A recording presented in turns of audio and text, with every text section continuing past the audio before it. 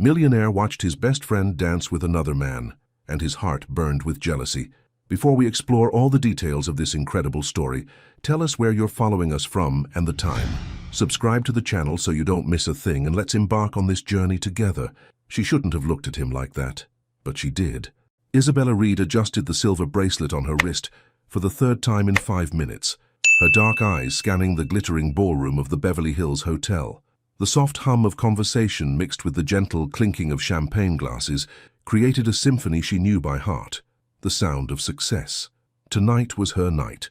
The autumn gala she'd spent 6 months orchestrating was finally here, and every detail was perfect. Almost every detail. "You're fidgeting," came a familiar voice behind her, low and warm with just a hint of amusement.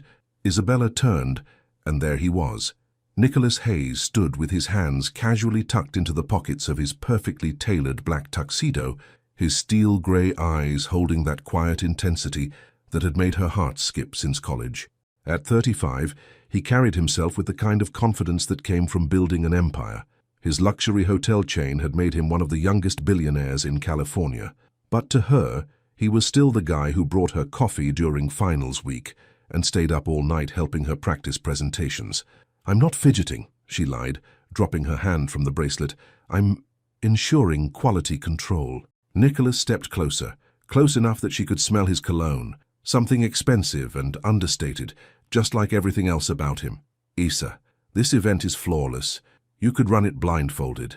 The way he said her name, soft and certain, made something flutter in her chest. She'd heard him say it 1,000 times over the past decade, but lately it felt different, heavier, like it carried words he wasn't saying. "Easy for you to say," she replied, smoothing down the emerald silk of her dress, a dress that had taken her 3 weeks to choose, and another week to convince herself she could afford. "You're not the one whose reputation is riding on whether the salmon is perfectly seasoned." "No," he said, his gaze lingering on her face in a way that made her breath catch. "But I'm the one who knows you well enough to see through that calm exterior to the woman who's been surviving on 4 hours of sleep and pure determination." Before Isabella could respond, a hand appeared on her shoulder. She turned to find David Chen. No, she caught herself remembering the forbidden names. David Kingston, one of the event's major sponsors, smiling at her with the kind of warmth that suggested he'd been watching her for a while. "Isabella, you've outdone yourself tonight," David said, his voice carrying the slight accent that revealed his East Coast upbringing. He was handsome in an obvious way, tall, broad-shouldered, with the kind of smile that graced magazine covers. "I was hoping you might honor me with a dance before the evening gets too busy." Isabella felt Nicholas tense beside her, though his expression remained perfectly neutral. She glanced at him quickly, searching for something in those gray eyes, but found only the same controlled politeness he showed the rest of the world. She began, her heart doing something complicated as she looked between the two men. David's offer was simple, harmless.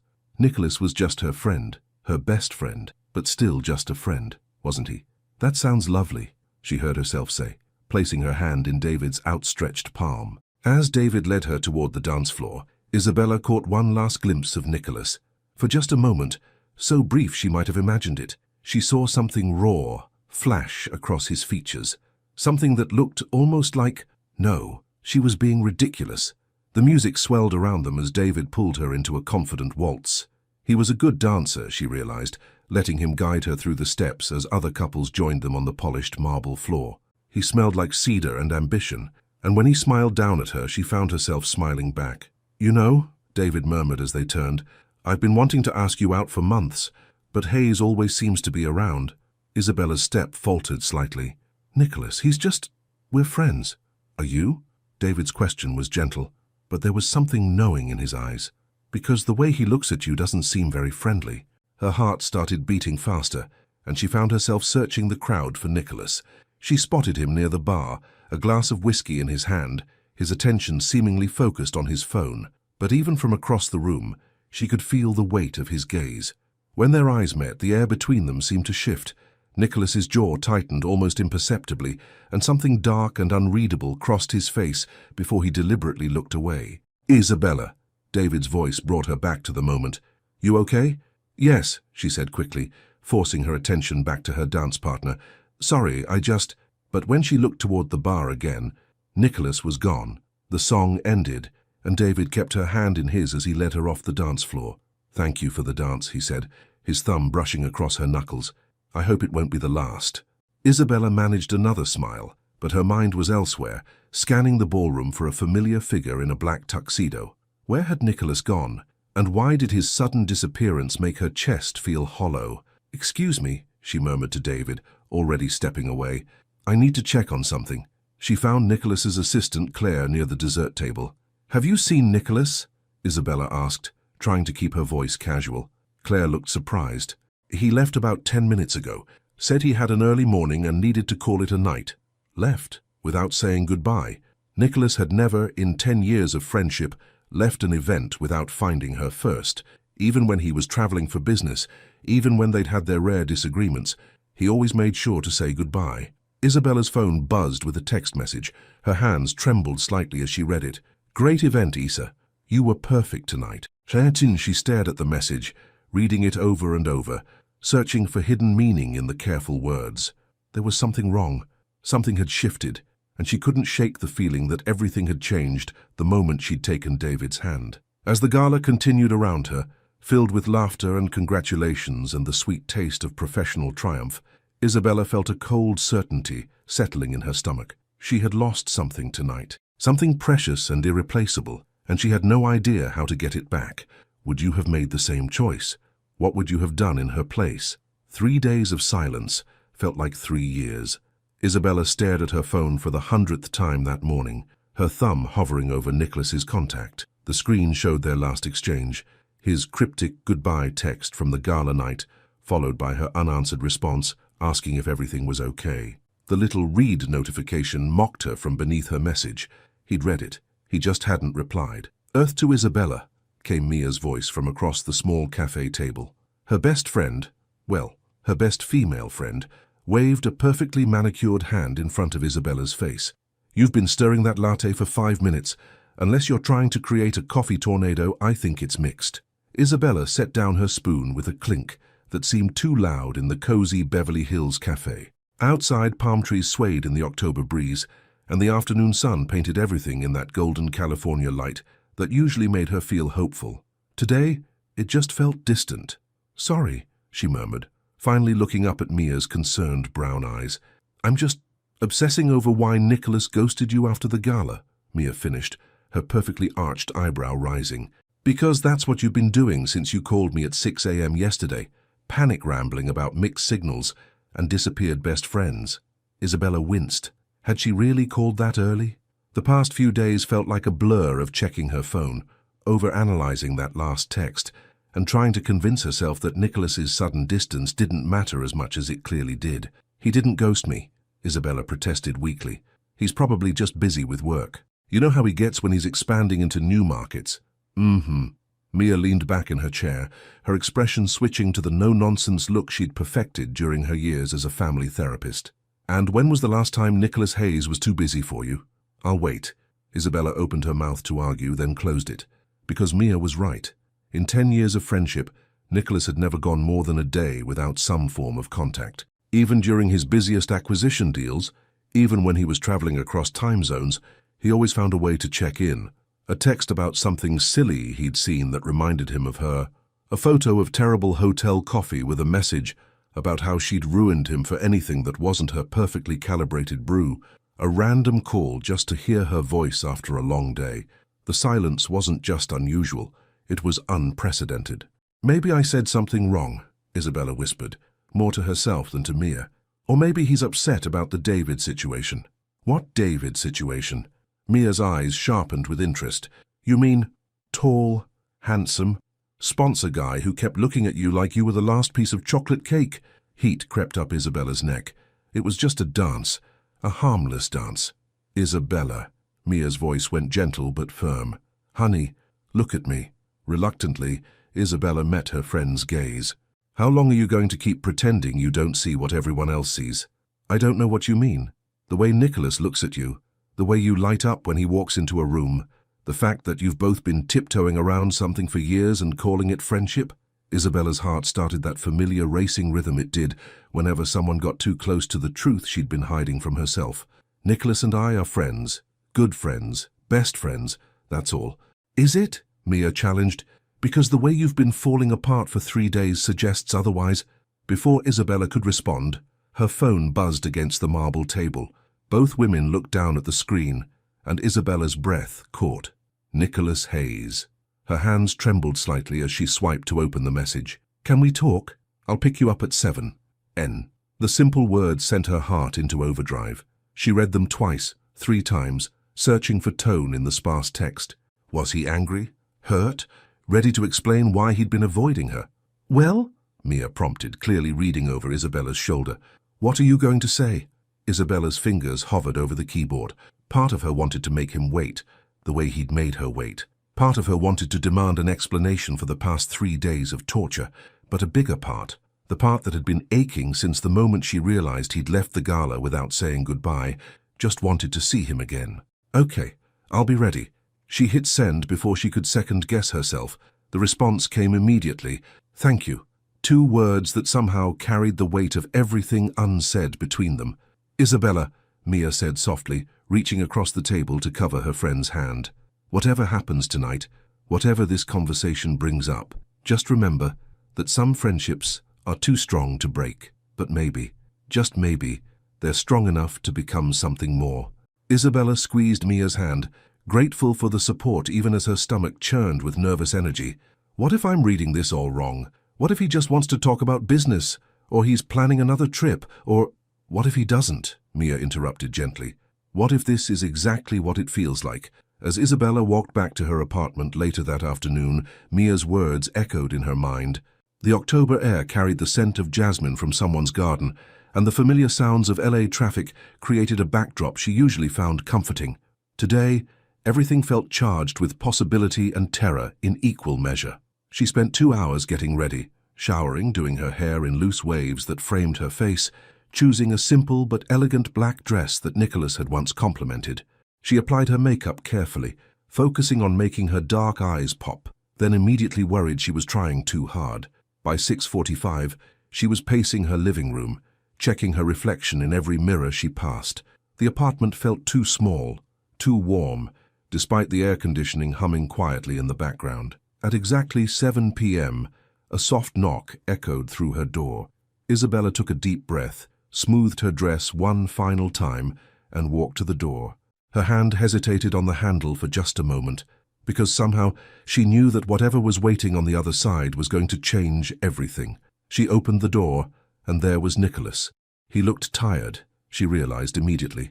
There were subtle lines around his eyes she hadn't noticed before, and his usually perfect hair was slightly mussed, as if he'd been running his hands through it. He was dressed more casually than usual, dark jeans and a charcoal sweater that made his grey eyes look almost silver. "Hi," he said quietly, and something in his voice made her chest tighten. "Hi," she whispered back. They stood there for a moment, 10 years of friendship and 3 days of silence stretching between them like a bridge neither was sure they should cross. Finally, Nicholas spoke, his voice rougher than usual. "We need to talk, Isa, because I can't keep pretending anymore." And in that moment, she realized what she had been afraid to admit for years. Neither could she. She wasn't ready for this conversation, but it was happening anyway. Nicholas's car smelled like leather and the faint trace of his cologne, a combination that had always felt like safety to Isabella. Tonight it felt like walking into a storm. He drove in silence through the winding roads of the Hollywood Hills, his hands gripping the steering wheel with unusual tension, his jaw set in a way that told her he was fighting some internal battle. Isabella stole glances at his profile as the city lights blurred past her window. She'd memorized that face over the years, the sharp line of his jaw, the way his dark hair fell slightly over his forehead when he was deep in thought, the small scar above his left eyebrow from a childhood accident he'd told her about during one of their late-night college conversations. But tonight there was something different about him, something raw and unguarded that made her pulse quicken. "Where are we going?" she finally asked, her voice barely above a whisper. "Somewhere we can talk without interruption," he replied, his voice carrying that controlled tone she'd learned, meant he was feeling anything but controlled.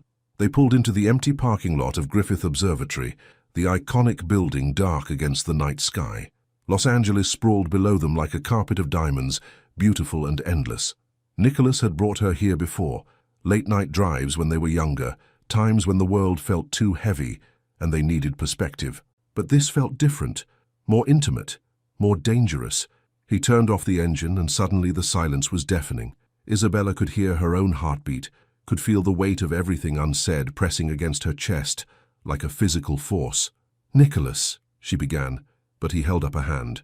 "Let me go first," he said, turning in his seat to face her fully. In the dim light from the dashboard, his grey eyes looked almost black. "Because if I don't say this now, I might lose my nerve again." Isabella's breath caught. "Again?" A bitter smile crossed his features. "You think the other night was the first time I wanted to tell you how I feel. Isa, I've been fighting this for years. Years of watching you date other people. Years of pretending I was fine being the friend you called when they broke your heart. Years of telling myself that what we had was enough." Her world tilted slightly. "What are you saying?" Nicholas ran a hand through his hair, messing it further. "I'm saying that watching you dance with someone else was a wake-up call I should have had a long time ago. I'm saying that seeing his hands on your waist, seeing you smile at him the way you—" He stopped, his voice breaking slightly. "It nearly killed me, Isabella." The confession hung between them like a live wire. Isabella felt like she couldn't breathe, couldn't think, couldn't do anything but stare at this man she thought she knew completely, and realized she'd been blind to the most important thing about him. "You were jealous," she whispered, the words falling from her lips before she could stop them. "Jealous?" Nicholas let out a harsh laugh. "That doesn't even begin to cover it. I was drowning, Isa, sitting there watching you in his arms, and all I could think was that I'd wasted 10 years being a coward."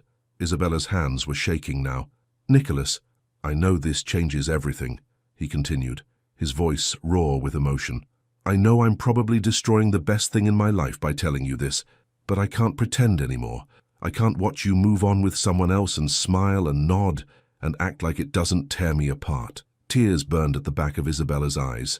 10 years of friendship, 10 years of wondering, 10 years of telling herself she was imagining the way he looked at her sometimes, the way he held her a little too long when they hugged, the way he remembered every small detail about her life like it mattered more than anything else in the world. "You're an idiot," she said softly. Nicholas's face fell. "Isa, you're an idiot," she repeated, reaching over to touch his face, her fingers tracing the line of his jaw. "Because you think you've been hiding this from me. You think I haven't noticed the way you look at me when you think I'm not paying attention. You think I haven't wondered why you've never had a serious relationship, why you always find excuses to spend time with me, why you know my coffee order better than I do." Nicholas went very still under her touch. "What are you saying?" Isabella's heart was beating so fast she thought it might burst. "I'm saying that I've been in love with you since senior year of college, and I've spent the last 8 years trying to convince myself it was just friendship." The words hung in the air between them, raw and honest and terrifying. Nicholas stared at her like he couldn't quite believe what he'd heard. 8 years, he whispered. 8 years of telling myself we were better as friends. 8 years of dating other people and trying to forget how I felt about you. 8 years of wondering what would happen if I was brave enough to tell you the truth." Nicholas's hand came up to cover hers, where it rested against his cheek. His skin was warm, and she could feel the slight tremor in his fingers. "Why didn't you?" he asked. "Same reason you didn't," she admitted. "Because losing you as a friend would have been worse than never having you as anything more." They sat in silence for a moment, the weight of their confessions settling around them like snow. Los Angeles glittered below, indifferent to the way their entire world had just shifted on its axis. "So what now?"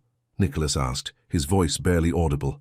Isabella looked at him, really looked at him, at the man who'd been her anchor for a decade, who'd celebrated every success and helped her through every failure, who'd somehow managed to become the standard by which she measured everyone else, without her even realizing it. "Now," she said, moving closer to him in the confined space of the car, "we stop being cowards." Nicholas's breath hitched as she leaned toward him. She could see the exact moment he stopped thinking and started feeling, the exact moment 10 years of careful control crumbled. "Isa," he whispered, her name a prayer on his lips. "Kiss me," she whispered back. For a heartbeat, neither of them moved. Then Nicholas's hand slid into her hair, gentle but sure, and he pulled her closer. When their lips met, it was like coming home and jumping off a cliff at the same time.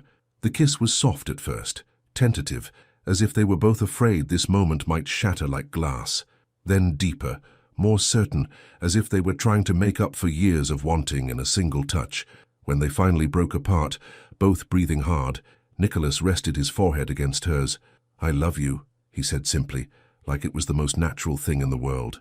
"I've loved you for so long I forgot what it felt like not to." Isabella's heart soared and broke and mended itself all at once. "I love you too." But even as she said the words, even as she felt the rightness of them settle into her bones, a small voice in the back of her mind whispered a warning. This was just the beginning. Love, real love, was never just about the confession. It was about everything that came after. Some mornings change everything, and this was one of them. Isabella woke up to the scent of coffee and something that smelled suspiciously like pancakes. For a moment she lay still in her bed, eyes closed, wondering if she was dreaming. Then the events of the previous night came flooding back. The conversation, the confessions, the kiss that had lasted until the observatory's security lights came on. Nicholas. Her eyes flew open, and she found herself staring at an empty pillow beside her. No, they'd been careful. After the kiss, after the tears and laughter and more kisses, he'd driven her home and walked her to her door like the gentleman he'd always been. But he'd also kissed her goodnight, with a tenderness that had made her knees weak, promising to see her in the morning. Apparently he'd kept that promise. Isabella padded to her kitchen in her silk pajamas and fuzzy slippers, her heart doing something complicated as she took in the scene before her. Nicholas stood at her stove, his back to her, wearing the same jeans from last night and what looked like one of her oversized UCLA sweatshirts, something he must have borrowed from her closet. His dark hair was mussed, and there was something so domestic, so right about seeing him in her space like this. "You raided my closet," she said softly, not wanting to startle him, but unable to keep the smile out of her voice. He turned, and the expression on his face when he saw her made her breath catch. There was wonder there and relief, and something so tender it made her chest ache. "Good morning, beautiful," he said, setting down the spatula and moving toward her. "I hope you don't mind. I went home to shower and change, but I may have grabbed the wrong sweatshirt on my way out." "Liar," she said, standing on her tiptoes to kiss him softly. "You know exactly whose sweatshirt that is. You bought it for me sophomore year when I complained about being cold in the library." Nicholas's smile was soft and a little sheepish. "Maybe I wanted to see how it would feel to wear something that smells like you." The honesty in his voice made her heart flutter. This was new territory for both of them. This tenderness, this openness, this feeling of being allowed to want each other without hiding it. "How long have you been here?" she asked, wrapping her arms around his waist and marveling at how perfectly she fit against him. "About an hour. I couldn't sleep." His hands found her hair, fingers threading through the dark waves. "I kept thinking I'd dreamed the whole thing." "Did you?" she whispered against his chest. "Dream it?" Nicholas pulled back to look at her, his grey eyes serious. "No, but I keep waiting for the other shoe to drop, for you to realize you made a mistake." Isabella felt her heart squeeze at the vulnerability in his voice. This was Nicholas without his walls, without the careful control he showed the world. This was the man who'd loved her in silence for years, who was still half convinced he didn't deserve this happiness. "Nicholas," she said firmly, cupping his face in her hands. "Look at me." He did, though she could see the fear lurking in his expression. "I didn't make a mistake. The only mistake I made was waiting 8 years to tell you how I feel." She pressed a soft kiss to his lips. "You're not getting rid of me that easily, Hayes." The relief that washed over his features was so profound it made her chest ache. He kissed her then, deep and grateful, and she could taste the promise in it. "Good," he murmured against her lips, "because I made you pancakes, and I was really hoping you'd stick around to eat them." Isabella laughed, the sound bright and free. "You made me pancakes?" "I made you pancakes," he confirmed, leading her toward the stove where a stack of golden pancakes waited on a plate.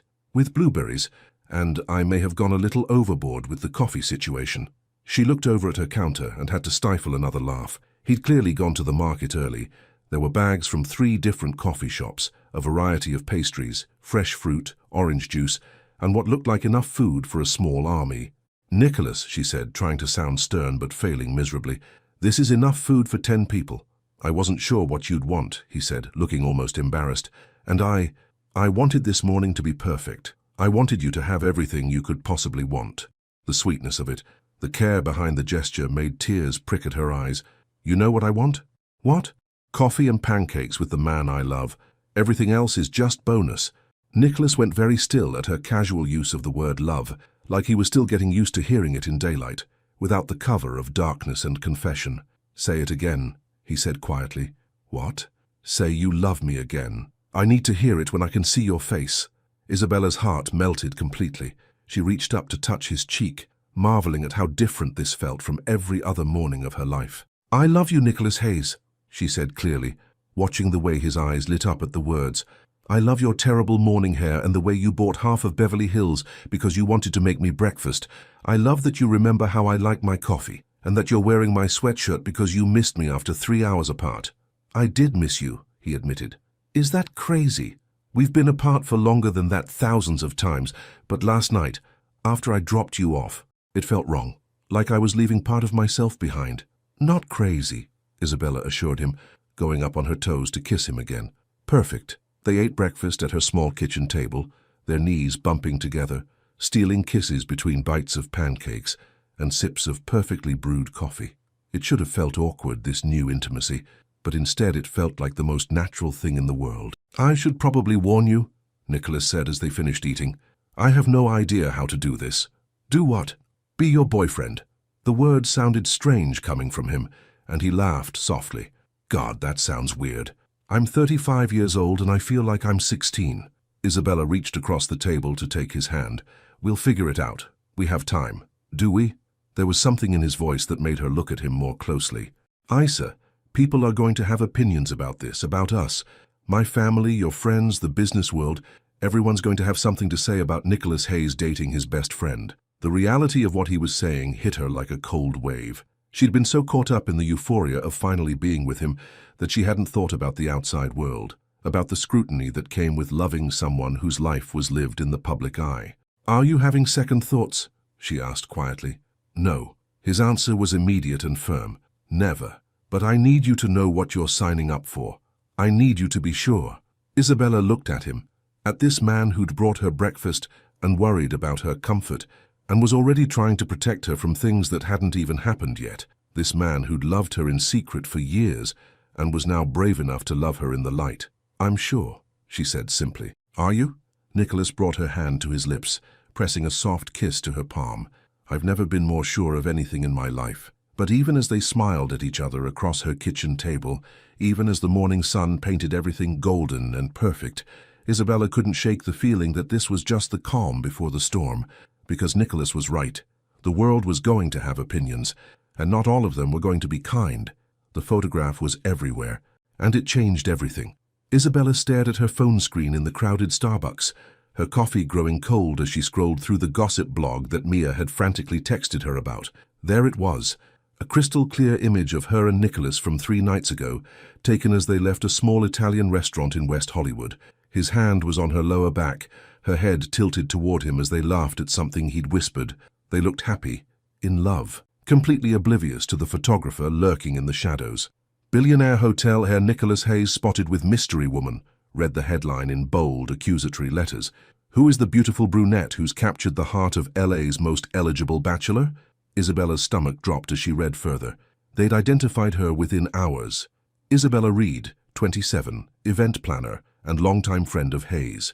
The article speculated about their relationship, about how long they'd been secretly dating, about whether this was a whirlwind romance or something that had been brewing behind closed doors.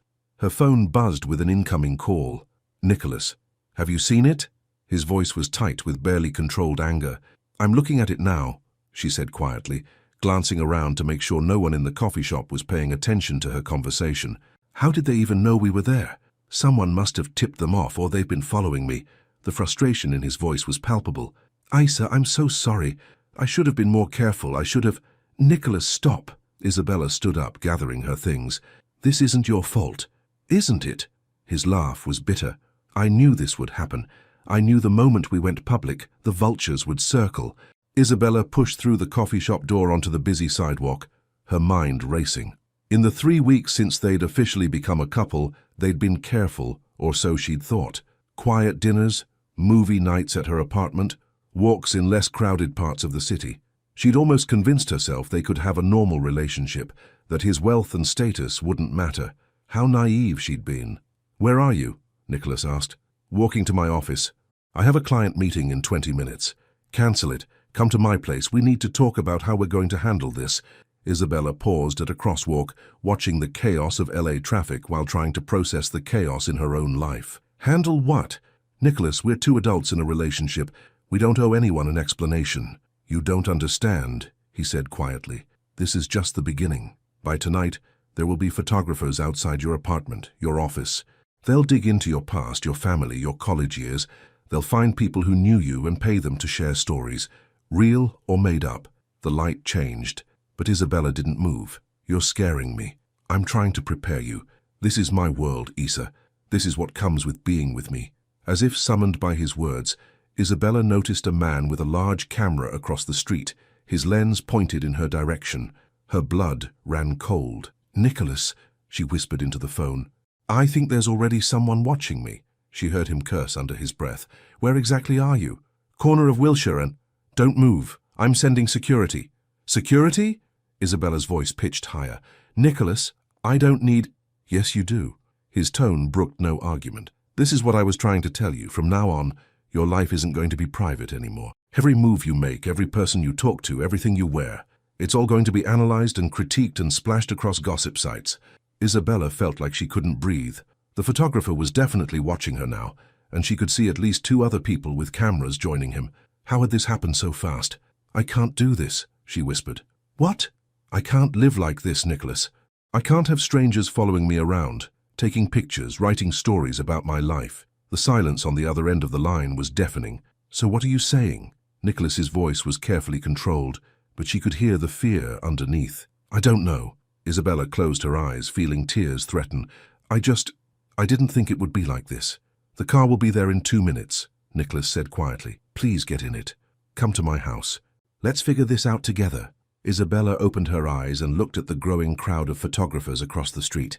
This morning, she'd been just another person grabbing coffee before work. Now she was a target, a story, a source of entertainment for strangers on the internet. Okay, she said finally. But Nicholas, we need to have a serious conversation about whether this is sustainable. She heard his sharp intake of breath. Are you breaking up with me? I don't know, she admitted, hating how the words sounded but unable to take them back. I need to think. The line went quiet for so long, she thought he'd hung up. Nicholas? I'm here. His voice was hollow. The car's pulling up now, black sedan. Isabella saw it, sleek, expensive, with tinted windows that would hide her from the cameras. She felt like she was surrendering something fundamental as she walked toward it. Isa! Nicholas's voice was soft, vulnerable in a way that made her chest ache. Yeah? I love you. Whatever happens, whatever you decide, I love you. Tears spilled down her cheeks as she slipped into the back seat of the car. I love you too.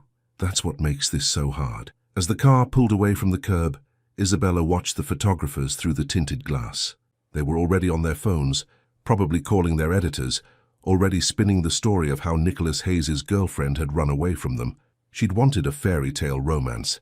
Instead, she was learning that loving a prince meant living in a fishbowl, and she wasn't sure she was strong enough for that kind of love. 20 minutes later, she stood in Nicholas's enormous Malibu living room, feeling small and overwhelmed by the floor-to-ceiling windows that looked out over the Pacific Ocean. He was pacing, his hair messed from running his hands through it, his usual composure completely shattered. Talk to me, he said without looking at her. Tell me what you're thinking. Isabella sank onto his white leather couch, pulling her knees to her chest. I'm thinking that 3 weeks ago, my biggest worry was whether the catering would be on time for the Johnson wedding. Now I'm thinking about security details and media statements and whether my mother is going to see pictures of me on gossip blogs. Nicholas stopped pacing and turned to face her. Your mother doesn't read gossip blogs. She will now. Isabella's laugh was shaky. Everyone will now. My whole life is going to be dissected by strangers who think they have a right to know everything about me because I fell in love with you. The words hung between them like a chasm. So you regret it? Nicholas asked quietly. Falling in love with me? Isabella looked at him, at this man who'd been her best friend for 10 years, who'd held her while she cried over other men, who'd celebrated every success and helped her through every failure, who'd loved her patiently and completely, and was now watching her with naked fear in his eyes. No, she whispered. I regret that loving you comes with a price I'm not sure I can pay. Nicholas walked over and knelt in front of her, taking her hands in his. Then let me pay it, he said urgently. Let me hire security, let me handle the media, let me protect you from all of this. But that's not a solution, Nicholas. That's just expensive damage control. Then what do you want me to do? His voice cracked slightly. Tell me how to fix this. Isabella looked into his grey eyes and saw her own heartbreak reflected there. Because the truth was, she didn't know if this could be fixed. Some problems, she was learning, couldn't be solved with love alone. "I need time," she said finally. "I need to think about whether I'm strong enough for this life." Nicholas's face went pale, but he nodded. "How much time?" "I don't know." He pressed his forehead against their joined hands. "Don't give up on us, Isa, please." "I'm not giving up," she said, though the words felt hollow. I need to figure out if there's an us that can survive this." But as she said it, she wondered if she was lying to both of them, because for the first time since they'd confessed their love, Isabella wasn't sure love was going to be enough. Distance, Isabella discovered, was more than just physical space. For 5 days, she'd been staying at Mia's apartment in Santa Monica, hiding from photographers and trying to make sense of her life. 5 days of declined calls from Nicholas, of watching entertainment news that dissected their relationship like a medical procedure, of seeing her own face staring back at her from magazine covers in grocery store checkout lines. Who is Isabella Reed? From friendship to romance, the Nicholas Hayes love story. Is she after his money? The headlines got more invasive each day. Isabella sat cross-legged on Mia's couch, laptop balanced on her knees, staring at an email from her biggest client. The Weatherby Foundation wanted to reassess their partnership given the recent media attention. Translation: they were firing her because dating Nicholas Hayes made her too controversial for their conservative donor base. "That's the third one this week," Mia said gently, setting down a cup of tea beside Isabella. Her friend's usually perfect hair was in a messy bun, and there were dark circles under her eyes, signs that she'd been fielding phone calls from reporters trying to get quotes about Isabella. "I know." Isabella closed the laptop with more force than necessary. "Apparently falling in love makes me unemployable." "It's not falling in love that's the problem," Mia said carefully. "It's who you fell in love with." Isabella looked at her best friend, seeing the concern there, the way Mia was trying to be supportive while also being realistic about the situation. "You think I should end it?" Isabella said. It wasn't a question. Mia was quiet for a long moment. "I think you need to decide what kind of life you want, and whether that life is compatible with being Nicholas Hayes's girlfriend." Before Isabella could respond, her phone rang. Not Nicholas. She'd stopped answering his calls after the second day, unable to bear the pain in his voice. This was her mother. "Hi, Mom," Isabella answered, trying to inject some lightness into her voice. "Baby girl," came her mother's warm voice, tinged with worry. "I just saw the news. Are you okay?" Isabella closed her eyes, feeling like a teenager who'd been caught sneaking out. "I'm fine, Mom. It's just complicated." "Complicated how?" "You're in love with Nicholas. You've been in love with Nicholas since college. I don't see what's complicated about that." Trust her mother to cut through the noise and focus on what mattered. Dr. Angela Reed had always been able to see through Isabella's defenses with surgical precision. "It's not that simple," Isabella said. "There are photographers, Mum. People writing horrible things about me online. I lost 3 clients this week, just for dating him." "And?" Isabella blinked. "And what? And is Nicholas worth it?" The question hung in the air like a challenge. Isabella thought about Nicholas, about the way he'd held her while she cried last week, about how he'd tried to shield her from the worst of the media attention, about the dozen flower deliveries and handwritten notes he'd sent to Mia's apartment. "I know you need space, but I need you to know I'm not giving up on us. N. Saw your favorite coffee shop on my way to work today. Made me think of Sunday mornings with you. N. I miss your laugh. I miss everything. N. I don't know," Isabella whispered. "Well," her mother said pragmatically, "that sounds like something you need to figure out. But Isabella, don't let fear make the decision for you. You've spent your whole life playing it safe. Maybe it's time to take a risk on something that matters." After her mother hung up, Isabella sat in the gathering darkness of Mia's living room, thinking about risk and safety and the space between hearts. Her phone buzzed with a text message. "Nicholas, I know you don't want to talk, but please read this. There's something you need to know." A link followed. Isabella hesitated, then clicked it. It was a video of Nicholas at what looked like a press conference. The timestamp showed it was from earlier that day.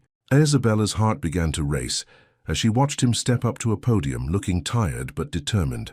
"I've called this press conference," Nicholas began, his voice clear and steady, "to address the recent media speculation about my personal life." Isabella's breath caught. What was he doing? "Over the past week, I've watched the woman I love become the target of invasive coverage and malicious speculation. I've watched her privacy be violated, her character questioned, and her professional reputation attacked. And I realize that my silence has been interpreted as permission for this behavior. Nicholas looked directly into the camera, and Isabella felt like he was speaking directly to her. Isabella Reed is the most extraordinary woman I've ever known. She's brilliant, kind, and strong enough to put up with me for 10 years of friendship before I was brave enough to tell her how I felt. She doesn't deserve to be treated like a commodity or a scandal. She deserves respect. Isabella's eyes filled with tears as Nicholas continued. So let me be crystal clear. Isabella didn't seek the spotlight. She didn't ask for this attention.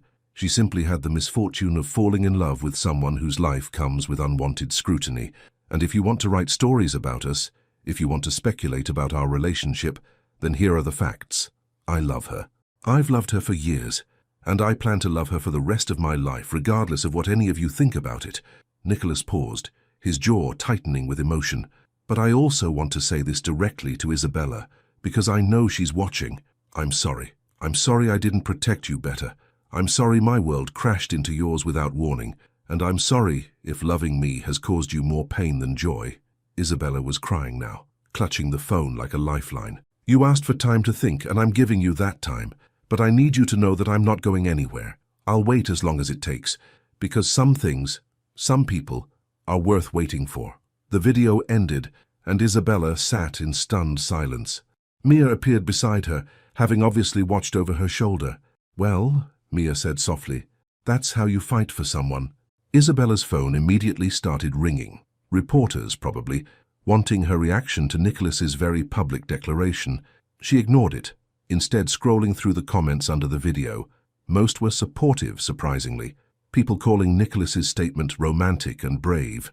Others defending Isabella against the more vicious coverage. It wasn't universal. There were still cruel comments, still people questioning her motives, but it was better than she'd expected. He just put himself out there completely, Isabella said quietly. He could have stayed silent, let this blow over. Instead, he defended me in front of the entire world. He loves you, Mia said simply. Question is, what are you going to do about it? Isabella looked at her phone, at the dozen missed calls from Nicholas, at the messages she'd been too scared to answer. She thought about her mother's words about taking risks, about Nicholas's face in that video when he'd said he'd wait as long as it took. She thought about a life without him, safe, private, but empty of the man who'd been her anchor for 10 years. And she thought about a life with him, complicated, public, but full of a love that was worth fighting for. I need to see him, she said suddenly, standing up from the couch. Now, Mia checked her watch. It's almost midnight. Now, Isabella confirmed, grabbing her keys. Some conversations can't wait for morning. As she drove through the empty streets toward Nicholas's house, Isabella realized something that should have been obvious from the beginning. Love wasn't supposed to be easy. It was supposed to be worth it. And Nicholas Hayes, complicated life, media attention and all, was worth everything. Now she just had to hope she wasn't too late to tell him. Some distances can only be crossed by running. And Isabella was finally ready to run. Nicholas's Malibu house sat dark against the midnight sky, the only light coming from the floor-to-ceiling windows of his living room. Isabella could see him through the glass as she pulled into his driveway, sitting on his white leather couch, head in his hands, looking like a man who'd lost everything that mattered. Her heart clenched at the sight. This was what her silence had done to him. This was the cost of her fear. Isabella sat in her car for a moment, gathering courage. Through the window she could see the ocean waves crashing against the shore below, relentless and powerful.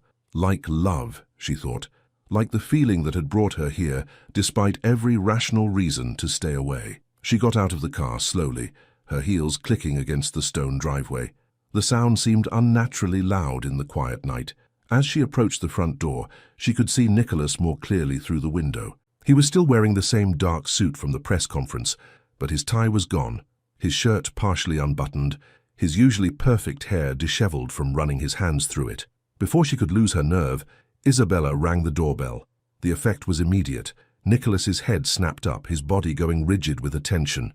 For a moment he didn't move, as if he couldn't quite believe what he'd heard. Then he was on his feet, crossing the room in quick strides. The door opened, and there he was. Up close she could see the exhaustion etched in the lines around his eyes, the stubble that suggested he hadn't been taking care of himself, the hollow look of someone who'd been holding his breath for 5 days. Isa, he breathed, her name a prayer on his lips.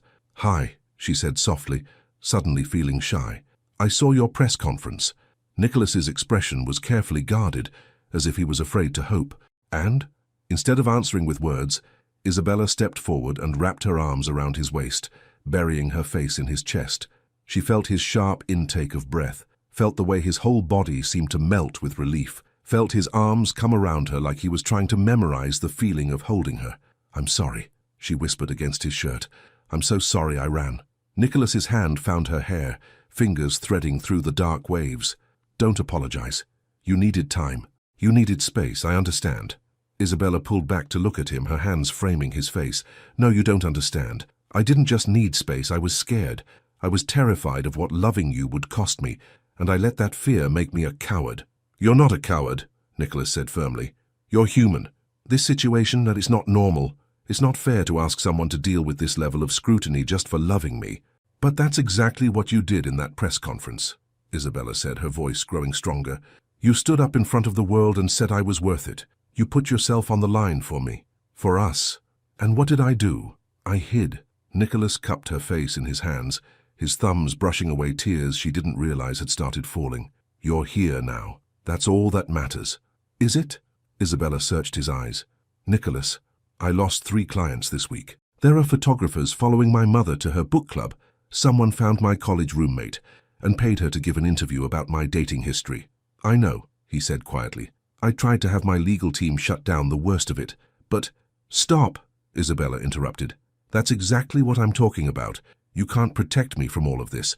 Your legal team, your security, your money, none of that can give me a normal life. Nicholas's face fell, and she could see him preparing for the blow he thought was coming. But, Isabella continued, watching hope flicker back to life in his grey eyes, maybe I don't want a normal life. Maybe I want a life with you, complicated and messy and public as it might be.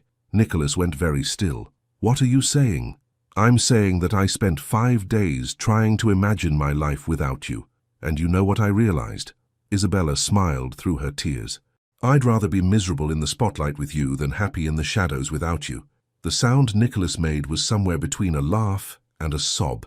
Isa, I'm saying that watching you defend me, defend us, made me realize something important. You didn't ask me to change who I am to fit into your world. You asked your world to make room for me. And if you're brave enough to fight for us publicly, then I need to be brave enough to fight for us privately. Nicholas kissed her then, desperate and grateful and full of 5 days' worth of missed touches. Isabella kissed him back with equal fervor, pouring all of her apologies and promises into the connection between them. When they finally broke apart, both breathing hard, Nicholas rested his forehead against hers. I love you, he said simply. I love you, and I know this won't be easy, but I promise I'll do everything I can to make it worth it. I love you too, Isabella replied. And I promise I won't run again, no matter how scary it gets, no matter how many photographers or gossip columns or lost clients. I'm in this. We're in this together. Nicholas led her into the living room, where she could see the evidence of his sleepless nights. Empty coffee cups, his laptop open to news articles about their relationship, scattered papers that looked like legal documents. You've been working on damage control, she observed. I've been working on protection, Nicholas corrected. Legal ways to limit the harassment, security measures to keep you safe, PR strategies to shift the narrative away from speculation towards something more positive. Isabella felt her heart swell at the care behind his efforts. And what does a positive narrative look like? Nicholas smiled, the first genuine smile she'd seen from him since she'd arrived. The truth, that we're 2 people who found love in friendship, that we're happy. That anyone who wants to tear that down is fighting a losing battle, because what we have is stronger than their worst intentions. You make it sound simple, Isabella said, curling up beside him on the couch. It is simple, Nicholas replied, pulling her closer. The love part is simple. Everything else is just noise. Isabella nestled into his side, feeling truly at peace for the first time in days. So what happens now? Now we do this together. We face whatever comes next as a team. And we don't let anyone else's opinion of our relationship matter more than our own. Isabella looked up at him. This man who'd waited for her even when she'd given him no reason to hope, who'd fought for them when she'd been too scared to fight for herself. I have a request, she said. Anything. The next time we go to dinner, can we go somewhere with terrible lighting and no windows? Somewhere paparazzi would never think to look? Nicholas laughed, the sound rich and warm and full of relief. I know just the place. Best tacos in LA, plastic chairs and lighting that would make a supermodel look bad. Perfect, Isabella said, settling more comfortably against him. It's a date. Outside, the waves continued their endless rhythm against the shore. Inside, two hearts that had been apart found their way back to each other, stronger for having survived the storm. The photographers would still be there tomorrow. The gossip columns would still speculate. The scrutiny wouldn't magically disappear. But Isabella had learned something important during their separation. Love wasn't about avoiding the storm. It was about finding someone worth weathering it with. And Nicholas Hayes was worth every storm that was coming their way. Love, Isabella discovered, was braver when it had backup. 3 weeks had passed since her midnight reconciliation with Nicholas, and she was learning that facing the storm together was infinitely easier than weathering it alone. They'd developed a rhythm. Breakfast at his place, coffee dates at small cafes where the lighting was terrible, but the privacy was better. Quiet evenings at her apartment where they could pretend the outside world didn't exist. But tonight was different. Tonight they were going public in the most official way possible. Isabella stood in front of the full-length mirror in Nicholas's bedroom, adjusting the elegant navy blue dress he'd surprised her with that morning. It was perfect, sophisticated, but not flashy, beautiful but not attention-seeking. Like everything Nicholas chose, it struck exactly the right balance. "You look incredible," came his voice from behind her. She turned to find him leaning against the doorframe, looking devastatingly handsome in his black tuxedo. Even after all these weeks together, he still took her breath away. The way the formal wear emphasized his broad shoulders, the way his grey eyes seemed to see straight through to her soul. "I look terrified," Isabella corrected, smoothing her hands down the silky fabric of the dress. "You look terrified and incredible," Nicholas amended, crossing the room to stand behind her. His hands settled on her shoulders, warm and reassuring. "Which is exactly how I feel." Isabella met his eyes in the mirror. "The great Nicholas Hayes is nervous about a charity gala. The great Nicholas Hayes is nervous about bringing the woman he loves to her first major public event as his girlfriend," he corrected softly. "There's a difference. Tonight was the Children's Hospital Foundation Gala, one of the biggest charity events of the LA social calendar. Nicholas served on the board, which meant they couldn't avoid it, and they'd decided together that hiding wasn't sustainable. If they were going to build a life together, they needed to start living it publicly. What if I say the wrong thing?" Isabella asked, her hands fluttering nervously. "What if someone asks about our relationship and I freeze up? What if—" Nicholas turned her in his arms, cutting off her spiraling thoughts with a gentle kiss. "Then I'll step in. We're a team, remember? You don't have to face any of this alone." Isabella took a deep breath, drawing strength from his calm confidence. "What's the worst that could happen?" "Honestly?" Nicholas's mouth quirked up in a small smile. "Someone could ask you about your intentions regarding my money. Photographers could follow us into the bathroom, and we could end up on the cover of 3 different magazines by morning. That's supposed to make me feel better? That's supposed to remind you that we've already survived worse," Nicholas said, his expression growing serious. "And we came out stronger. Whatever tonight brings, we can handle it." Isabella nodded, feeling some of her tension ease. He was right. They had survived worse. The initial media frenzy, her career concerns, the week of separation, they'd weathered all of it and emerged more committed than ever. "Besides," Nicholas added with a grin, "I have insider information that the salmon is supposed to be exceptional tonight." Isabella laughed despite her nerves. "You know the way to my heart is through event planning details. I know the way to your heart is through showing you that I pay attention to the things that matter to you," Nicholas corrected, pressing a soft kiss to her forehead. "Ready?" "Ready," Isabella said, and was surprised to find she actually meant it. The Beverly Hills Hotel ballroom was even more spectacular than Isabella had imagined. Crystal chandeliers cast warm light over tables draped in white silk. Elaborate floral arrangements created islands of color throughout the space, and the city's elite mingled in their finest attire. Isabella had organized events like this, but experiencing one as a guest, especially as Nicholas Hayes's guest, was entirely different. "Mr. Hayes!" A distinguished older woman in emerald green approached them almost immediately. "How wonderful to see you. And this must be the famous Isabella we've been reading about." Isabella felt Nicholas's hand tighten slightly on her lower back, a gesture of support rather than possession. Eleanor Whitman, I'd like you to meet Isabella Reed, Nicholas said smoothly. Isabella, Eleanor is one of the hospital's most generous donors and the woman who single-handedly convinced me to join the board. Oh, I did no such thing. Eleanor waved dismissively, but her eyes were kind as they focused on Isabella. You must be exhausted by all the media attention, dear. How are you holding up? Isabella was surprised by the genuine concern in the woman's voice. She'd expected judgment, criticism, invasive questions. Instead, she found herself facing motherly worry. I'm learning, Isabella said honestly. It's been an adjustment, but I have good support. Eleanor's gaze flicked to Nicholas, and something approving passed over her features. Yes, I imagine you do. Nicholas, you did well with this one. She has kind eyes. As Eleanor moved on to greet other guests, Isabella felt some of her tension melt away. That wasn't so bad, she murmured to Nicholas. Eleanor's one of the good ones, he replied. She's more interested in your character than your bank account or your publicity value. The evening progressed more smoothly than Isabella had dared hope. Yes, there were photographers, but they kept a respectful distance. Yes, there were curious glances and whispered conversations, but there were also genuine smiles and warm introductions. Nicholas never left her side, but he didn't hover either. He included her in conversations naturally, introduced her with pride, and made it clear that she belonged there because he wanted her there. During the dinner, Isabella found herself seated between Nicholas and Dr. Sarah Chen. Wait, she caught herself. Dr. Sarah Liu, the hospital's chief pediatric surgeon.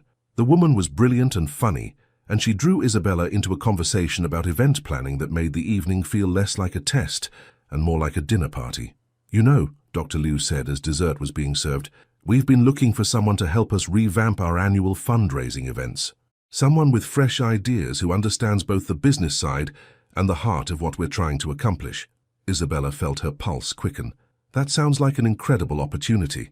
Would you be interested in discussing it? I know your schedule must be packed, but I'd love to discuss it, Isabella said quickly, then caught herself. I mean, I'd need to know more details, but yes, I'm very interested. After Dr. Liu walked away to mingle with other guests, Nicholas leaned close to Isabella's ear. See? Good things happen when you let the world see how amazing you are. Isabella smiled, feeling lighter than she had in weeks. I can't believe she offered me a job. I can, Nicholas said simply. You're brilliant at what you do. The only difference is that now people in my circle are getting to see it. As the evening wound down, they found themselves on the hotel's terrace, looking out over the twinkling lights of Beverly Hills. The October air was cool and crisp, and Isabella could smell jasmine from the gardens below. How do you feel? Nicholas asked, his arm warm around her shoulders. Surprised, Isabella admitted. I expected it to be worse, more invasive, more judgmental. Don't get me wrong, Nicholas said carefully. Tonight was relatively tame because this crowd has known me for years. They're protective of people they consider family, but it won't always be this easy. Isabella nodded, understanding the warning but not feeling defeated by it. I know, but Nicholas, for the first time, I feel like I can handle whatever comes next. Because you're getting stronger? Because I'm not facing it alone, Isabella corrected, turning in his arms to look at him directly. Because I have you, and we have this, and that makes me feel invincible. Nicholas's smile was soft and full of love. We are pretty formidable together. We are, Isabella agreed, going up on her toes to kiss him softly. And you know what? I'm actually looking forward to our taco date tomorrow night even more than I enjoyed tonight. Nicholas laughed. Plastic chairs and terrible lighting. Plastic chairs and terrible lighting, Isabella confirmed. Just you and me and the best tacos in L.A. It's a date, Nicholas said, pulling her closer. All of our dates, from the fancy ones to the ridiculous ones. As they swayed together on the terrace, the sounds of the party fading behind them, Isabella realized something important. She'd spent so much time worrying about the price of loving Nicholas that she'd almost missed the value of it. Tonight had shown her that their love wasn't just strong enough to survive his world, it was transformative enough to make that world better. And tomorrow, they'd prove that it was also simple enough to thrive over terrible tacos and plastic chairs. Some battles, Isabella was learning, were won not by fighting harder, but by loving better, and she and Nicholas were getting very good at loving better. Some conversations changed the trajectory of everything, and this was one of them. Isabella stood in the kitchen of her apartment, humming softly as she prepared dinner for Nicholas's return from his business trip to San Francisco. 3 months had passed since the charity gala, and their rhythm had become as natural as breathing. Work days filled with supportive texts, evenings spent cooking together or exploring hole-in-the-wall restaurants, weekends that blended his world and hers in ways that surprised them both. The media attention had settled into a manageable background hum. Photographers still followed them occasionally, but the stories had shifted from speculation to simple documentation of their relationship. More importantly, Isabella's work had flourished. The children's hospital contract had led to 3 more major clients, all drawn to her discretion and professionalism in handling high-profile events. Her phone buzzed with a text. "Landing in 20 minutes, can't wait to see you." Isabella smiled, stirring the pasta sauce she'd been perfecting all afternoon. Nicholas had been gone for 4 days, longer than they'd been apart since their reconciliation, and she'd been surprised by how much she missed him. Not just his presence, but the way he fit into her daily life, the way everything felt more complete when he was there. She was setting the table when she heard his key in the lock. The sound still gave her a little thrill, the domesticity of it, the way he belonged in her space now as much as she belonged in his. "Something smells incredible," came his voice from the hallway. "That would be my famous—" Isabella started to call back, but the words died in her throat when Nicholas appeared in the kitchen doorway. He looked tired from travel, his usually perfect hair slightly mussed, his shirt wrinkled from the flight. But there was something else in his expression, something intense and determined that made her pulse quicken. "Hey," she said softly, moving toward him. "How was San Francisco?" Instead of answering, Nicholas dropped his travel bag and crossed the room in 3 quick strides, gathering her in his arms and kissing her with an urgency that spoke of 4 days' worth of missing her. Isabella melted into him, tasting relief and longing, and something deeper in the way his mouth moved against hers. When they finally broke apart, both breathing hard, Nicholas rested his forehead against hers. "I have something to tell you," he said quietly. Isabella's heart stuttered. "Good something or bad something? Life-changing something," Nicholas replied, his grey eyes searching her face. "Can we sit down?" They settled on her small couch, Nicholas's hands finding hers immediately. The intensity in his expression was making her nervous, but there was also something hopeful there that kept her from spiraling into worry. "I've been thinking a lot during this trip," Nicholas began, "about us, about what we've built together, about what I want our future to look like." Isabella nodded, not trusting her voice. "When I first told you I loved you, I was thinking about taking a risk, about finally being brave enough to reach for what I wanted. But these past few months being with you, building this life together, it's not about risk anymore, Isa. It's about certainty." Nicholas shifted on the couch, his thumbs tracing circles on the backs of her hands. "I'm certain that I want to wake up next to you every morning. I'm certain that I want to support your dreams and share mine with you. I'm certain that whatever challenges come our way, I want to face them with you by my side." Isabella's breath caught as she began to understand where this conversation was heading. "I know we haven't talked about timelines or specific plans," Nicholas continued, his voice growing softer but more intense. "But I also know that I don't want to spend another day wondering about our future when I'm already sure about what I want it to be." He reached into his jacket pocket and pulled out a small velvet box, and Isabella's heart stopped completely. "Isabella Reed," Nicholas said, opening the box to reveal a stunning but elegant diamond ring, exactly the style she would have chosen if she'd ever let herself dream that far. "Will you marry me?" The world seemed to tilt around her. She stared at the ring, at his face, at the hope and love and vulnerability written in every line of his expression. "Nicholas," she whispered, her eyes filling with tears. "I know it might seem fast," he said quickly, misreading her shock, "but we've known each other for 10 years. We've been through everything together. The friendship, the fear, the media circus, the separation. We've seen each other at our worst and loved each other anyway, and I don't want to wait anymore to start forever with you." Isabella looked at him, really looked at him, at the man who'd been her anchor through every storm, who'd fought for their love when she'd been too scared to fight for it herself, who'd somehow managed to become not just her partner, but her home. "You want to marry me," she said, as if testing the words. "I want to marry you," Nicholas confirmed. "I want to build a life with you. I want to support your career and share adventures and maybe someday have a family together. I want all of it, Isa. All the mundane Tuesday mornings and the glamorous Saturday nights and everything in between." Isabella felt tears spilling down her cheeks as the magnitude of what he was offering hit her. This wasn't just a proposal, it was a promise of partnership, of shared dreams, of a love strong enough to weather anything. "What about your family?" she asked, her practical side asserting itself even in this moment. "What about the media? What about the fact that I love you more than I care about anyone else's opinion?" Nicholas interrupted gently. "Issa, my family is going to love you because I love you. The media is going to write whatever they want regardless, but none of that matters compared to what we have." He cupped her face in his free hand, his thumb brushing away her tears. "I'm not asking you to marry my money, or my status, or my complications. I'm asking you to marry me. The man who burns toast and gets grumpy when he's hungry and loves you so much it scares him sometimes." Isabella laughed through her tears, remembering all the ordinary moments that had made her fall in love with him. Not the billionaire, but the man who remembered how she liked her coffee and called her when he was having a bad day. "Yes," she whispered. Nicholas went very still. "Yes? Yes," Isabella said more firmly, her voice growing stronger with certainty. "Yes, I want to marry you. Yes, I want to build a life with you. Yes to all of it, the Tuesday mornings and the Saturday nights and whatever craziness comes with loving Nicholas Hayes." The smile that broke across Nicholas's face was blindingly bright. With shaking hands, he slipped the ring onto her finger, and Isabella marveled at how perfectly it fit, how right it looked there. "I love you," Nicholas said, his voice thick with emotion. "I love you so much, Issa."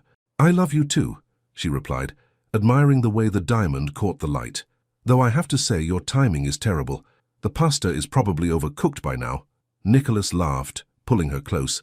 "I'll make you 1,000 pasta dinners to make up for it. Is that a promise, Mr. Hayes?" "That's a promise, future Mrs. Hayes," Nicholas said, and the sound of it made Isabella's heart soar. As they sat together on her couch, admiring her ring and talking about wedding plans and the future they were going to build together, Isabella realized something profound. She'd spent so much time worrying about the cost of loving Nicholas that she'd almost missed the greatest gift of all. Not just his love, but the chance to love him back completely, publicly, forever. And now, with a ring on her finger, and forever stretching out before them, she was finally ready to stop being afraid of how much she loved him. She was ready to love him with everything she had, for the rest of her life. But first, she was going to rescue that pasta, because even future Mrs. Nicholas Hayes had to eat. Some things, thankfully, never changed. Today was the day she would become Isabella Hayes, and she had never been more certain of anything. 6 months had passed since Nicholas's proposal, and now Isabella stood before the full-length mirror in the bridal suite of the Beverly Hills Hotel, surrounded by the soft rustle of ivory silk and the gentle chaos of wedding day preparations. Her dress was a masterpiece of understated elegance, flowing lines that celebrated her curves, delicate lace details that caught the afternoon light, and a train that whispered against the marble floor like a promise. "You look like a dream," Mia said softly, stepping back to admire her handiwork with Isabella's hair. She'd woven tiny white roses through the elaborate updo, creating a crown of flowers that made Isabella feel like something from a fairy tale. "I feel like I'm about to throw up," Isabella admitted, pressing a hand to her stomach. "Is that normal?" "Completely normal," Dr. Angela Reed assured her daughter, adjusting the delicate pearl earrings that had been her grandmother's. "I was so nervous on my wedding day that your father had to hold my hands to stop them from shaking during the vows." Isabella smiled at the memory of her parents' love story, 30 years of marriage that had weathered job changes, financial struggles, and the everyday challenges of building a life together. She wanted that with Nicholas.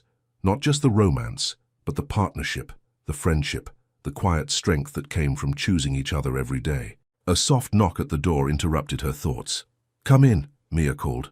To Isabella's surprise, Eleanor Whitman entered, looking regal in deep purple silk. The older woman had become an unexpected mentor over the past months, taking Isabella under her wing in the sometimes complicated world of Los Angeles high society. "My dear," Eleanor said, her eyes bright with unshed tears, "you look absolutely radiant." "Thank you," Isabella said, feeling some of her nervousness ease in the presence of the woman's calm energy. "I can't believe this is really happening." "Can't you?" Eleanor moved closer, her expression knowing. "Isabella, I've watched that boy, man, for 15 years. I've never seen him look at anyone the way he looks at you. Not with infatuation or attraction, but with pure, uncomplicated love." Isabella felt tears threaten and quickly blinked them back. Mia would kill her if she ruined her makeup now. He told me something interesting yesterday, Eleanor continued. He said that marrying you isn't about completing himself, it's about becoming the best version of who he already is. That's the kind of love that lasts, dear. The kind that makes both people better. Before Isabella could respond, another knock came at the door. This time it was Claire, Nicholas's assistant, looking slightly frazzled but smiling. "It's time," she announced. "The groom is pacing so much I'm worried he's going to wear a hole in the marble floor." Isabella's heart skipped. He's nervous too. Nervous, excited, and apparently questioning whether his tie is straight for the 15th time, Claire reported with a grin. "I've never seen him like this. It's actually quite sweet." As the women began to gather their things, bouquets, final touch-ups, last-minute reassurances, Isabella caught sight of herself in the mirror one more time. The woman looking back at her was confident, radiant and ready. Not perfect, but perfectly herself. The walk down the aisle felt like floating through a dream. The ballroom had been transformed into a garden paradise, with white roses and soft lighting, creating an atmosphere that was both elegant and intimate. 200 guests rose to their feet as the music swelled, but Isabella only had eyes for one person. Nicholas stood at the altar in a perfectly tailored black tuxedo, his dark hair catching the light. His grey eyes locked on her with an intensity that made her breath catch. He looked nervous and sure and completely overwhelmed, and when their eyes met, his face broke into a smile so pure and joyful that Isabella felt her own nervous energy transform into bubbling happiness. He was beautiful, he was hers, and in 3 minutes they would be married. The ceremony passed in a blur of meaningful words and shared glances. They'd written their own vows, and when Nicholas spoke about friendship becoming love, about choosing each other through every challenge, about building a life based on respect and laughter and unwavering support, Isabella felt like her heart might burst from the truth of it. When it was her turn, she looked into his eyes and spoke from the deepest part of her soul. 10 years ago, you became my best friend. 6 months ago, you became my greatest love. Today, you become my partner in everything. I promise to choose you, to support you, to laugh with you, and to love you through every adventure that's waiting for us." The moment the officiant pronounced them husband and wife, Nicholas's hands framed her face with infinite tenderness, and he kissed her with a sweetness that spoke of promises kept and dreams fulfilled. The ballroom erupted in applause, but Isabella heard only the sound of her own heart beating in perfect rhythm with his. The reception was a celebration of not just their love, but the community that had supported them through everything. Isabella's colleagues from the event planning world mingled with Nicholas's business associates. Her college friends shared stories with his family members. The media was kept at a respectful distance, and for once the focus was entirely on joy rather than scrutiny. During their first dance, swaying to a song they'd chosen because it reminded them of that night at Griffith Observatory when they'd first confessed their love, Nicholas whispered in her ear, "How does it feel to be Mrs. Hayes?" "Like coming home," Isabella whispered back, meaning every word. Later, as the evening wound down and they prepared to leave for their honeymoon in Tuscany, Isabella found herself standing on the hotel's terrace once again, the same place where she'd first felt brave enough to face the world as Nicholas's girlfriend. Now she was his wife, and the world felt infinite with possibility. "Any regrets?" Nicholas asked, joining her at the railing, his bow tie undone and his jacket slung over his shoulder. "Only one," Isabella said, turning to face him. Nicholas's expression grew concerned. "What?" "I regret that we waited so long to stop being scared," Isabella said, reaching up to smooth his rumpled hair. "Think of all the time we wasted pretending we were just friends." Nicholas's smile was soft and filled with understanding. "We weren't wasting time, Mrs. Hayes. We were building a foundation strong enough to support forever." Isabella considered this, thinking about all the years of friendship, all the support through challenges, all the laughter and trust and deep knowledge of each other that had made their romantic love not just possible, but inevitable. "You're right," she said finally. "We were exactly where we needed to be, when we needed to be there. And now?"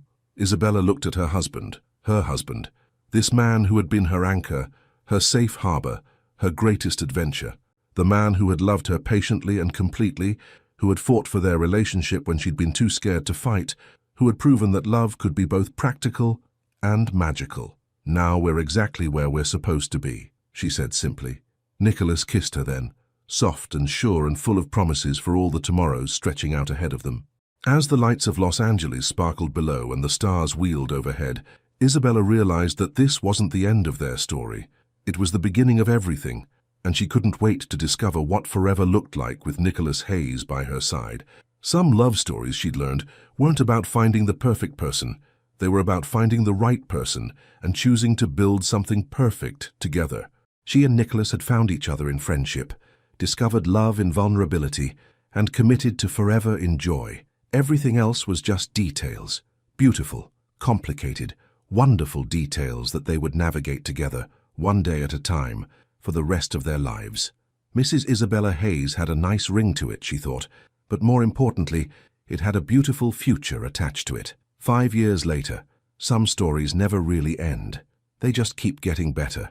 Isabella Hayes stood in the kitchen of their Malibu home, sunlight streaming through the floor-to-ceiling windows as she watched her husband chase their 3-year-old daughter, Sophia, around the backyard. The little girl's laughter carried on the ocean breeze, a sound that never failed to make Isabella's heart soar. Sophia had Nicholas's grey eyes and Isabella's adventurous spirit, and she ruled their household with the benevolent tyranny that only toddlers could master. "Daddy, catch me!" Sophia shrieked with delight, her dark curls bouncing as she ran toward the sandbox Nicholas had built for her last summer.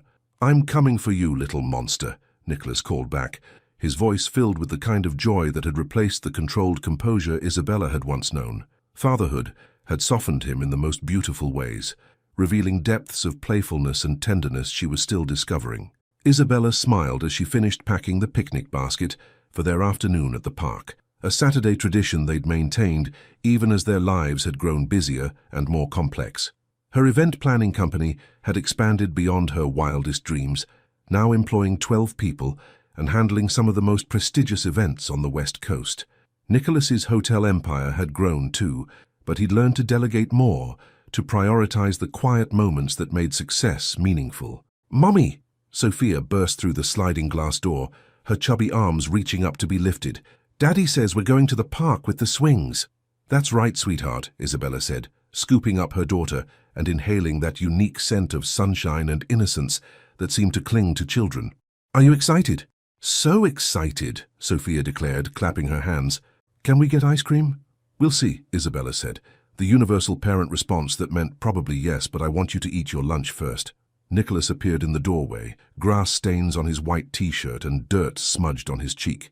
He looked nothing like the billionaire hotel mogul the world knew, and everything like the man Isabella had fallen in love with, rumpled, happy, and completely devoted to his family. "Ready for our adventure?" he asked, stealing a quick kiss from Isabella before tickling Sophia until she dissolved into giggles. "Always," Isabella replied, and meant it. The drive to Griffith Park was filled with Sophia's chatter about the ducks she wanted to feed and the slides she planned to conquer. Isabella and Nicholas exchanged glances in the rearview mirror, communicating in the wordless language they'd developed over 7 years of marriage, the kind of partnership that made parenting feel less like work and more like the world's most rewarding collaboration. At the park, they spread their blanket under the same oak tree where they'd had their first picnic as a married couple. Sophia immediately ran toward the playground, and Nicholas followed at a careful distance, ready to catch her if she fell, but giving her the independence to explore. Isabella watched them, her heart full to overflowing. This life they'd built, messy and beautiful and completely their own, still sometimes felt too good to be true. The media attention had faded to occasional mentions in society pages, replaced by more current scandals and romances. They'd learned to live with the scrutiny without letting it define them, protecting their family's privacy, while still engaging with the causes and communities that mattered to them. "Mommy, come push me," Sophia called from the swings, and Isabella jogged over to fulfill her daughter's request. As she pushed the swing higher, listening to Sophia's delighted squeals, Isabella caught sight of a young couple sitting on a nearby bench. They were clearly in the early stages of love, holding hands, stealing kisses, looking at each other like they'd discovered something miraculous. The woman was laughing at something the man had whispered in her ear, and there was something about their joy that reminded Isabella of herself and Nicholas all those years ago. "Remember when that was us?" Nicholas said softly, appearing beside her as Sophia jumped from the swing to run toward the slide. "We were never that young," Isabella teased, but she knew what he meant. There was something beautiful about new love, about the way it made everything feel possible and bright. "No," Nicholas agreed, his arm sliding around her waist. "We were better. We were friends first. Isabella leaned into his warmth, watching Sophia navigate the playground with the fearless confidence of a child who'd never doubted she was loved. Do you ever wonder what would have happened if we'd figured it out sooner? If we'd been brave enough to admit how we felt back in college? Nicholas was quiet for a moment, considering. Sometimes. But then I think about everything we went through to get here, the friendship, the fear, the separation, the media circus, all of it. And I realized that we needed all of those experiences to become the people who could build this. He gestured toward Sophia, toward the life they'd created together. We needed to be ready for this kind of love, the kind that lasts. Isabella nodded, understanding exactly what he meant. Their love had been tested by external pressures and internal doubts, strengthened by challenges and sweetened by time. It wasn't the desperate passion of early romance anymore. It was something deeper, more resilient, more real. "Mama, Daddy, watch this!" Sophia called from the top of the climbing structure, preparing to attempt a feat that looked terrifying to her parents, but routine to her fearless 3-year-old logic. They watched together, hearts in their throats, as their daughter successfully navigated her small adventure. When she reached the bottom safely, she ran to them with arms outstretched, confident in the knowledge that they would always be there to catch her. As the afternoon wound down and they packed up their picnic supplies, Isabella found herself thinking about the journey that had brought them here. From best friends to lovers to spouses to parents, each phase had built on the last, creating something stronger and more beautiful than she could have imagined. "What are you thinking about?" Nicholas asked as they walked back to the car, Sophia sleepy in his arms. "Forever," Isabella said simply. "How it's not a destination, it's a choice. And how grateful I am that I get to keep choosing you." Nicholas stopped walking and turned to face her, his grey eyes soft with the kind of love that had only deepened with time. "Even with the grass stains and the 5 a.m. wake-up calls and my terrible dad jokes." "Especially with the grass stains and the 5 a.m. wake-up calls and your terrible dad jokes," Isabella confirmed, going up on her toes to kiss him softly. As they drove home through the golden light of late afternoon, Sophia falling asleep in her car seat and their hands intertwined across the center console, Isabella realized that this was what happiness looked like, not a perfect moment, but a perfect accumulation of imperfect moments that somehow added up to a life worth living. They'd started as friends who were afraid to risk what they had for what they might have. They'd become lovers who had to learn that love required courage as much as feeling. They'd evolved into partners who understood that marriage was a daily choice to keep choosing each other. And now they were a family, building something that would last beyond their own forever. That night, after Sophia was tucked into bed and the dishes were done, Isabella and Nicholas sat on their deck overlooking the Pacific Ocean. The waves crashed against the shore in their eternal rhythm, and the stars appeared one by one in the darkening sky. "Do you think she'll have an easier time with love than we did?" Isabella asked, thinking about their daughter's future. "I hope so," Nicholas said, pulling Isabella closer.